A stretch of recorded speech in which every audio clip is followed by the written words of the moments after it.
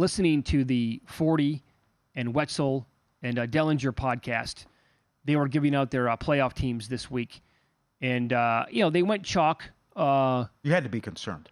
That what, Michigan? Well, it seems every podcast and Michigan is, everyone's picking Michigan over the playoff. In the VSiN betting guide, the college guide, which came out in June, I had Michigan over Georgia in the national title game.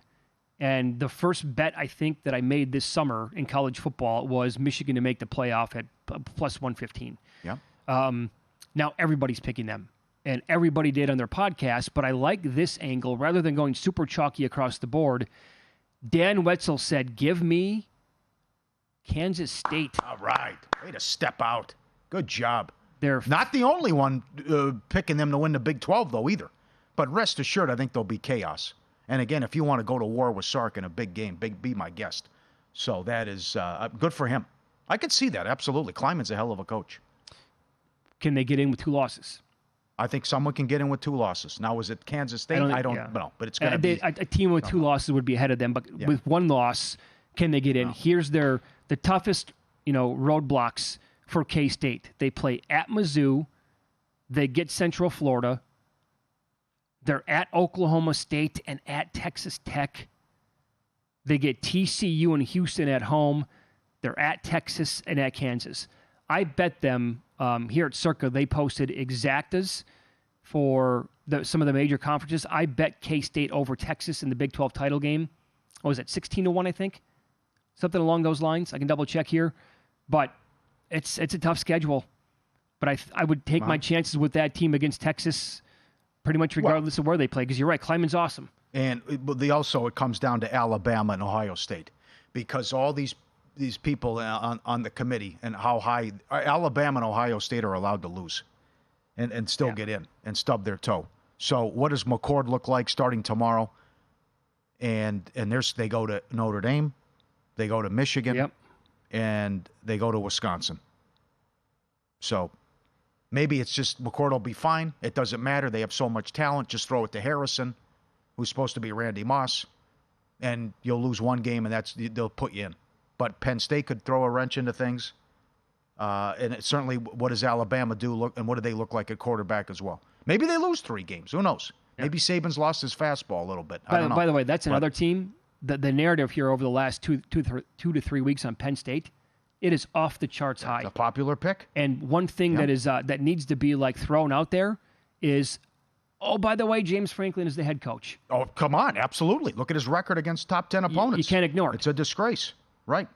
But that's again going back to, I disagree with Aaron, but I think we should get a 2-loss team get in here, because they're all playing. Not to mention, you got the LSU Florida State game to start out, and all these teams playing each other, and just how competitive some of these conferences are going to be, and the unknown with Ohio State and Alabama. Here's what Penn State has going for it. First of all, they are loaded. They have a ton of talent. They play at Illinois. They get Iowa at home. They're at Ohio State. They get Michigan at home, and they're at Sparty. Yeah. So if that team can have 1 loss and make the playoff, or even if not, if they're 11-1 and don't make the playoff, that's an angle where 2 teams can get in from the Big Ten again. I think those 3 teams, pick and choose here. Penn State, Ohio State, and Michigan, 2 of those 3 can get in this year. And Ohio State's minus 115 today to make the playoff over Michigan. Michigan's minus 110. I like this Michigan team so much. Well, don't forget Phil Steele. Everyone loves Wisconsin. Well, that's another one, too. Their schedule is very easy.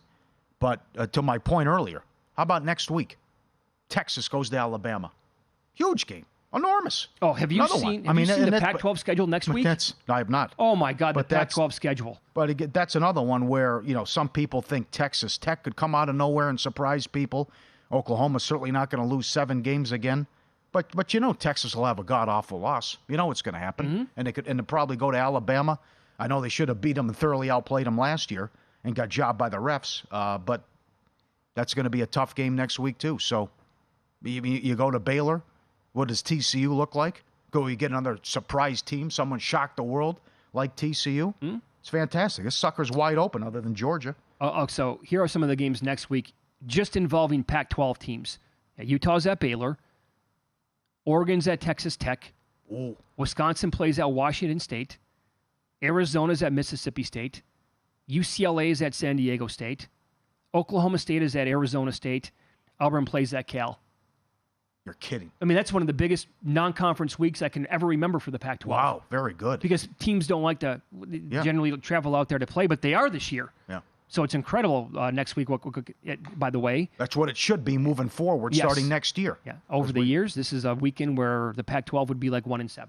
That too, yeah. You know? Yeah, but starting next year, we'll see 3 lost teams get in. Yep. I like the Clemson schedule a lot. Shouldn't Georgia be like $6-7 to make the play? Well, come on. Based on what you saw last night with Florida, they can double-digit favorite in every game, and even if they lose once, it's okay. Who are they going to lose to? At Tennessee? Fine. They're still in. They're still in. I mean, they'll do that if it's competitive in the SEC title game. They'll still probably throw them in because they're going for the 3-peat, and that'd be good for eyeballs and interest. Yeah. I like Clemson a lot. FSU, they're at Miami, but that's after a bye. Phil Steele was big on them too. I would. Clemson's tough, but that could be an 11-1 team.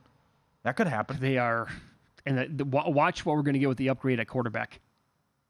And they are loaded pretty much everywhere else. All right, so follow the money here on VSiN. The sport. So I did plunk down a little bit on. I found 14-1 at DraftKings. They're 15-1.